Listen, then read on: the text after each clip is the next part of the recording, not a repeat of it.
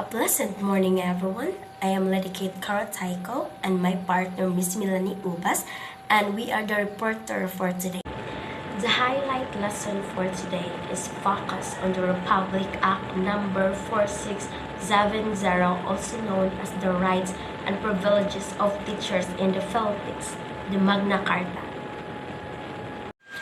So I have a quote here from Winston S. Churchill. It says that success is not final, failure is not fatal, it is the courage to continue that counts. So my point of view about this quote is that success and failure are just a part of our life, and both are just a phase of life and aren't permanent. So that's why we must be grateful and humble when you achieve success and strive to keep that up. When in the face of failure, don't lose hope and never ever give up. Just learn from your mistakes and keep trying. So no matter how many times you fall, try to get back and keep going. It's the courage that counts. Article 3 is entitled Hours of Work and Remuneration. So Section 13 is all about teaching hours. So any teacher engaged in actual classroom instruction should not be required to render more than 6 hours of actual teaching a day. So may be required to render more than 6 hours but not exceeding 8 hours of actual classroom teaching a day upon payment of additional compensation. So this section states that teachers should not be required to teach more than 6 hours per day in the classroom. So however, there may be situations where it is necessary sa teacher nga mo teach siya of more than 6 hours per day. So in that case, na sila additional compensation.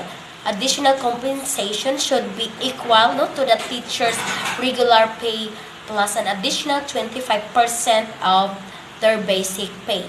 So example ana is sa teacher 1, ilang sudoan na, palitan ng sudoan na 26,000. So other than that, maka-receive sila og 25% of that 26,000. So overall, this section is to ensure that teachers are able to devote sufficient time and energy to their teaching responsibilities while also being fairly compensated for any additional time they may be required to work. Section 14 is all about additional compensation. So co-curricular and out-of-school activities and any other activities outside of what is defined as normal duties of any teacher shall be paid an additional compensation of at least 25% of his regular remuneration. So this section is intended to ensure that the teacher and other school officials are fairly compensated for the extra time and effort they put into these activities. They're outside of their normal duties. So these activities such as the co-curricular or extra co-curricular programs can be an important part of the educational experience for the students, and it is important also that the teachers and the school officials are appropriately compensated for the participation in these programs. So like what I said, they have they receive and at least 25% of the regular remuneration. So overall, this section is intended to provide a financial support to the teachers and other school officials who contributed to the education of students through their participation in activities and so on. It is important that they are fairly compensated for their contribution as they play a vital role in the education and development of students. Section 16 is salary scale. So it shall provide a gradual progression from a minimum to maximum salary by means of regular increments granted automatically after 3 years with at least satisfactory efficiency rating. So this section entails that the teacher salary is mo-increase after 3 years. So example, sa ako katong giingon nako no nga ang teacher 1, ang minimum wage niya is which is 26,000. So after 3 years mo increase na to siya from a minimum to maximum salary.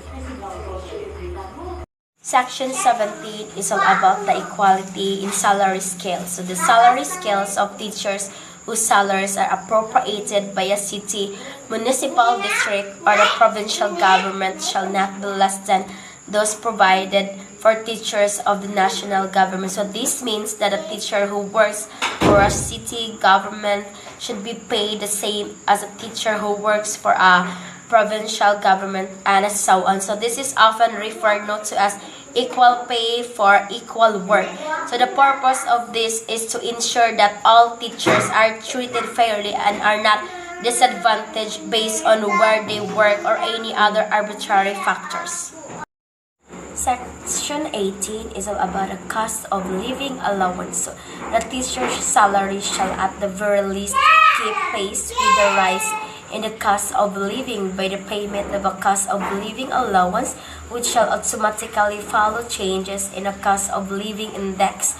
The Secretary of Education shall, in consultation with the proper entities, recommend to Prague Congress at least annually the appropriation of the necessary funds for the cost of living allowances of teachers employed by the national government.